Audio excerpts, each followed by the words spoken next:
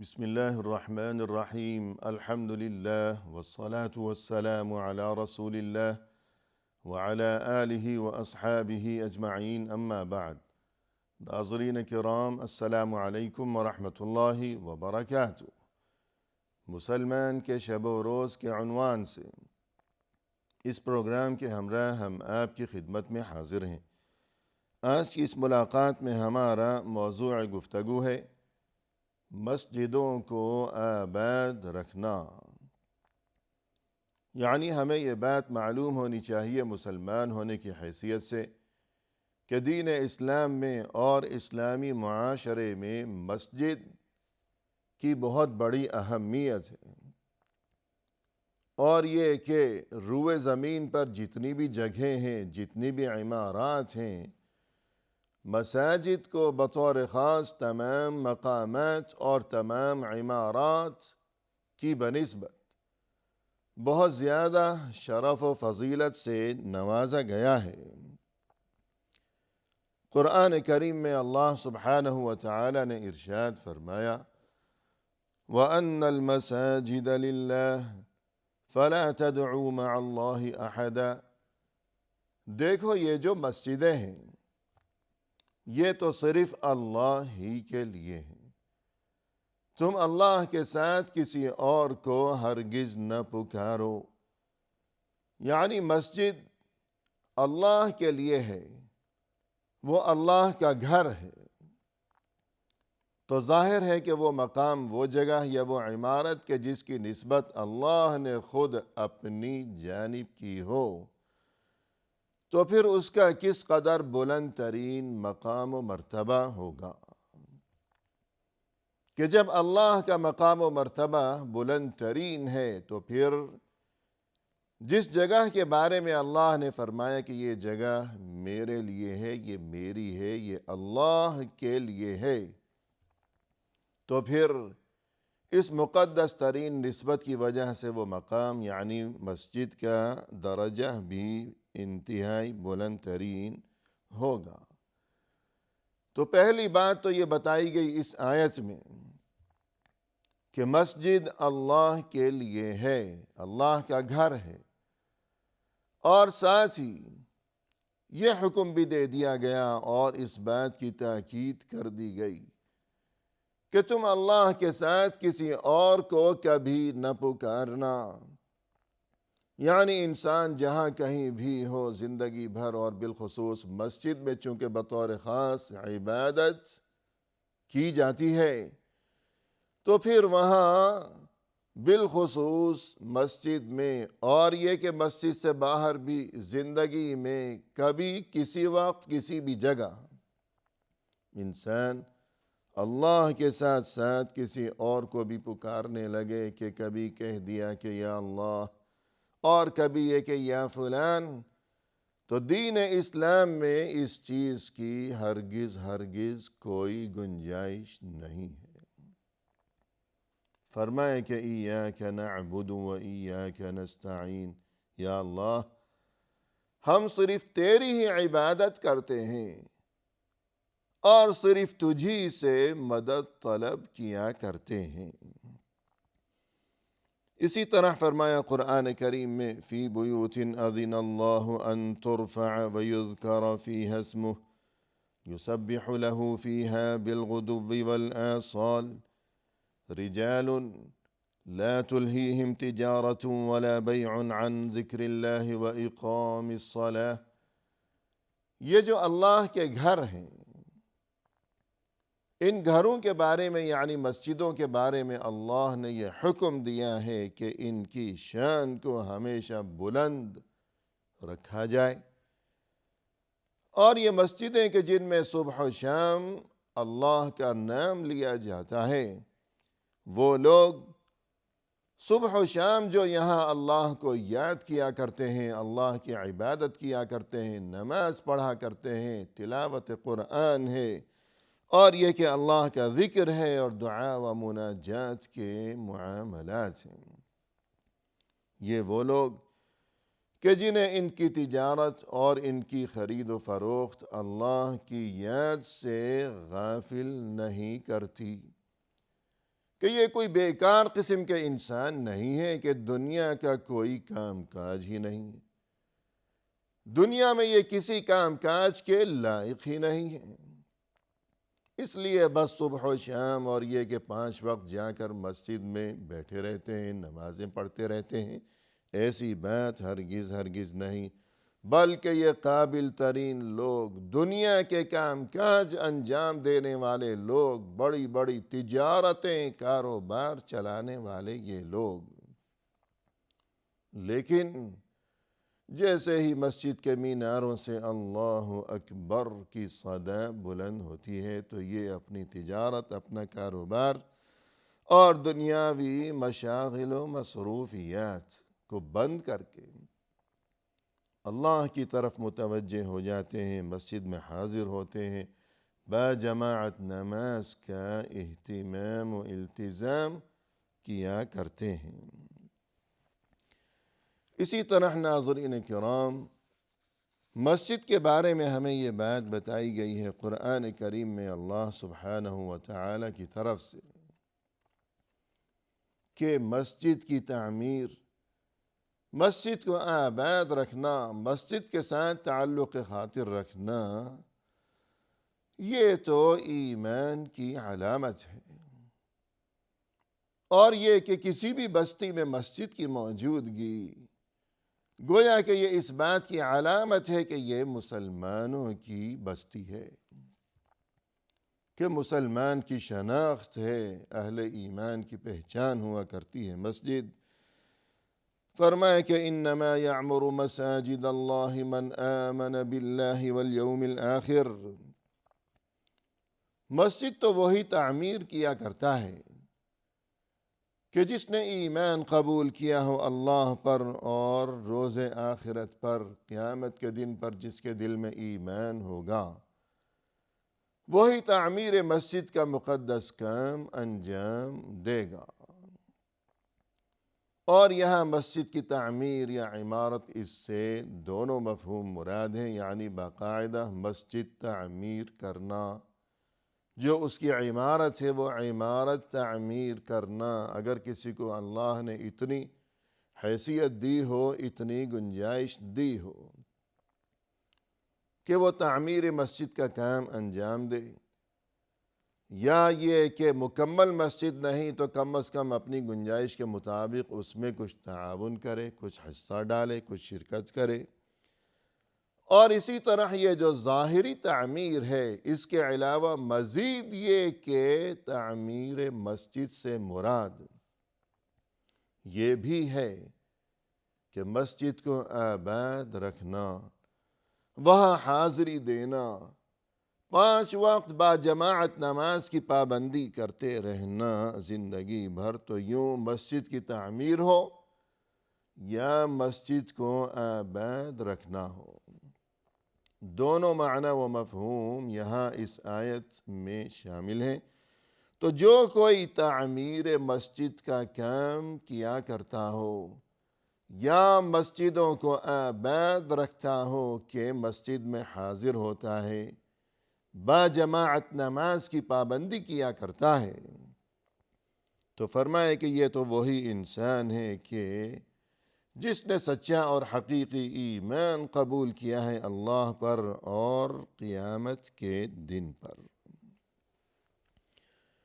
رسول اللہ صلی اللہ علیہ وسلم نے فرمایا، مجتمع قوم فی بیت من بیوت اللہ یتلون کتاب اللہ ویتدارسونہ بینہم، جب بھی کچھ لوگ مسجد میں جمع ہو کر اللہ کی کتاب کی تلاوت اور پڑھنے پڑھانے میں، سیکھنے سکھانے میں مشغول ہوا کرتے ہیں، الا نزلت علیہم السکینہ وغشیتہم الرحمہ وحفتہم الملائکہ وذکرہم اللہ فی من عندہ، تو ان پر اللہ کی طرف سے سکینہ یعنی قلبی سکون کی نعمت نازل کی جاتی ہے۔ یہ دل کا سکون، یہ روحانی خوشی، کہ جس طرح مثال مشہور ہے کہ ہر چیز میں لذت ہے اگر دل میں مزہ ہو، اگر انسان کا دل خوش ہے تو پھر سب ٹھیک ہے، اور اگر دل خوش نہیں تو پھر سبھی کچھ بیکار ہے۔ انسان عمدہ ترین اور نفیس ترین قسم کا لباس پہنتا ہو یا پھٹے پرانے پیوند لگے کپڑے پہنتا ہو، کسی محل حویلی میں رہا کرتا ہو یا کسی جھونپڑی میں رہتا ہو، ان چیزوں کی کوئی حیثیت نہیں ہے، ان باتوں سے کوئی فرق پڑنے والا نہیں ہے۔ اصل بات بس یہی ہے کہ دل خوش ہو جائے۔ دل خوش ہے تو سب ٹھیک ہے۔ تو فرمایا کہ جب کچھ لوگ مسجد میں اللہ کی یاد میں، اللہ کی کتاب کی تلاوت میں مشغول ہوا کرتے ہیں، کہ قرآن پڑھنا پڑھانا سیکھنا، اور یہ کہ نماز اور اللہ کا ذکر ہے، اللہ کی تسبیح ہے، وغیرہ وغیرہ، یہ جو معاملات ہیں، تو ان کے لیے یہ عظیم ترین خوشخبری۔ پہلی بات تو یہ کہ انہیں سکینہ، یعنی ان کے دلوں میں اللہ کی طرف سے سکون، اطمئنان کی نعمت سے انہیں نوازا جاتا ہے، دل خوش ہو جاتا ہے۔ اور یہ کہ اللہ کی طرف سے رحمت انہیں ڈھانپ لیتی ہے، اور پھر یہ کہ ملائکہ یعنی فرشتے انہیں گھیر لیتے ہیں، اور یہ کہ اللہ انہیں یاد کرتا ہے ان لوگوں کے سامنے جو کہ اللہ کے پاس ہیں، یعنی جس طرح زمین پر رہتے ہوئے یہ لوگ اللہ کو یاد کر رہے ہیں، اللہ کا کلام پڑھ رہے ہیں، اللہ کی عبادت کر رہے ہیں، اللہ کا نام لے رہے ہیں، تو اسی طرح آسمانوں پر جو مخلوقات ہیں یعنی فرشتوں کے سامنے اللہ انہیں یاد کر رہا ہوتا ہے۔ تو ظاہر ہے کہ یہ بہت ہی عظیم ترین خوشخبری ہے۔ اسی طرح فرمایا رسول اللہ صلی اللہ علیہ وسلم نے، من تطہر فی بیتہ ثم مشى الى بیت من بیوت اللہ لیقضی فریضۃ من فرائض اللہ، جس کسی نے اپنے گھر میں وضو کیا اور اس کے بعد وہ اللہ کے گھروں میں سے کسی گھر کی جانب یعنی کسی مسجد کی جانب روانہ ہوا تاکہ وہ کوئی فرض ادا کر سکے، یعنی نماز، فرض نماز کی ادائیگی کی غرض سے، كانت خطوتاه احداهما تحط خطيئة والأخرى ترفع درجة۔ اب یہ مسجد کی جانب جو روانہ ہوا ہے اپنے گھر سے، ہر قدم پر اللہ کی طرف سے اس کے لیے یہ عظیم ترین خوشخبری ہے کہ ہر ایک قدم پر اس کا ایک گناہ معاف کیا جا رہا ہے، اور ہر دوسرے قدم پر اس کے لیے ایک نیکی لکھی جا رہی ہے، کہ جتنے بھی قدم ہیں ہر ایک قدم پر ایک گناہ معاف، اور دوسرے قدم پر اس کے لیے ایک نیکی لکھی جا رہی ہے۔ اور فرمایا رسول اللہ صلی اللہ علیہ وسلم نے، الملائکۃ تصلی علی احدکم ما دام في مصلاه الذي صلى فيه ما لم يحدث تقول اللهم اغفر له اللهم ارحمه۔ تم میں سے جو کوئی نماز پڑھ چکنے کے بعد جب اسی جگہ بیٹھا رہتا ہے، یعنی گزشتہ حدیث میں یہ ترغیب دی گئی کہ انسان وضو کرے، وقت پر مسجد کی جانب روانہ ہو، اور یہ کہ با جماعت نماز کی پابندی کیا کرے، اور یہ کہ مسجد کی جانب آمد و رفت کے دوران ہر ایک قدم پر اس کے لیے ایک نیکی کا ثواب لکھا جاتا ہے، اور دوسرے ہر ایک قدم پر اس کا ایک گناہ معاف کیا جاتا ہے۔ تو اب وہ جب مسجد پہنچ چکا ہے تو وہاں نماز کی ادائیگی کے بعد اسے چاہیے کہ اگر ممکن ہو کہ فرصت میسر ہے، اور ایسی بات نہیں کہ جلدی دفتر پہنچنا ہے اور اس قسم کے معاملات ہیں، کہ ایسے معاملات جن کی پابندی ضروری ہے کہ انسان ملازمت کرتا ہے، اور مخصوص وہ اوقات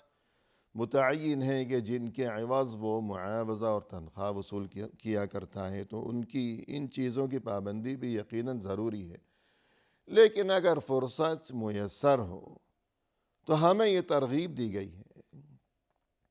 کہ نماز کی ادائیگی سے فراغت کے بعد بھی انسان کو چاہیے کہ وہاں بیٹھے، کہ جو وقت بھی مسجد میں گزر جائے، اللہ کے گھر میں گزر جائے، اللہ سے دعا و مناجات میں جو لمحات بھی گزر جائیں تو وہ انسان کے لیے بہت غنیمت ہیں۔ وہ لمحات تو نماز پڑھنے کے بعد جب تک انسان وہی مسجد میں بیٹھا رہے گا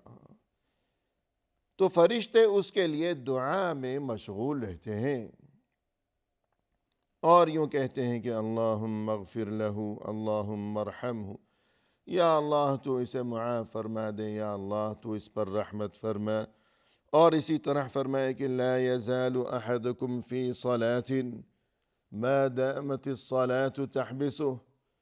تم میں سے جو کوئی جب نماز کے انتظار میں مسجد میں بیٹھا ہوا ہے تو گویا وہ نماز ہی میں مشغول ہے، کہ نماز کی وجہ سے وہ مسجد میں بیٹھا ہوا ہے، کہ جلدی پہنچ گیا ہے اور مسجد میں وہ موجود ہے محض نماز کے انتظار کی وجہ سے،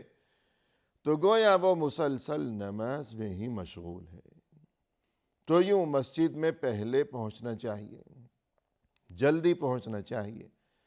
اور نماز سے فراغت کے بعد بھی انسان کچھ دیر وہاں بیٹھے، یہ ذکر و اذکار، یہ اوراد اور یہ آیت الکرسی، یہ دعا، یہ مناجات کے سلسلے، کہ جب تک نماز سے فراغت کے بعد وہ وہاں بیٹھا رہے گا گویا وہ مسلسل نماز میں ہی مشغول ہے، وہی اس کے لیے اجر و ثواب ہے۔ اور یہ کہ فرشتے اس کے لیے دعا کرتے رہتے ہیں، مغفرت کی دعا، رحمتوں کی دعا، کہ یا اللہ تو اس کی مغفرت فرما دے، یا اللہ تو اس پر رحم فرما دے۔ تو یوں جس کسی کو فرشتوں کی طرف سے دعا نصیب ہو جائے تو ظاہر ہے اس سے بڑھ کر کسی بھی انسان کے لیے اور کیا خوشخبری ہو سکتی ہے۔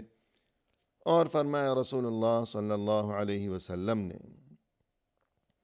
من غدا الى المسجد او راح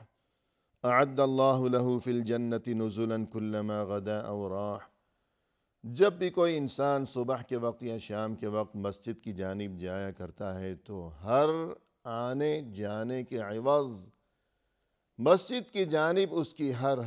آمد و رفت کے عوض اللہ کی جانب سے اس کے لیے وہاں جنت میں اللہ کے ہاں ایک مہمانی تیار کی جاتی ہے۔ زندگی بھر روزانہ دن میں کتنی بار، یہ 5 بار اگر کوئی مسجد جاتا ہے تو ہر مرتبہ اس کے لیے الگ سے مستقل اللہ کے ہاں ایک مہمانی، اور اللہ کی طرف سے جس کسی کے لیے مہمانی کا سامان، میزبانی کا انتظام کیا جائے گا تو ظاہر ہے کہ جو کوئی اللہ کا مہمان ہو تو پھر وہاں کیسی کیسی عظیم ترین میزبانیاں ہوں گی۔ اسی کے ساتھ ناظرین کرام، فی امان اللہ، وآخر دعوانا ان الحمد للہ رب العالمین۔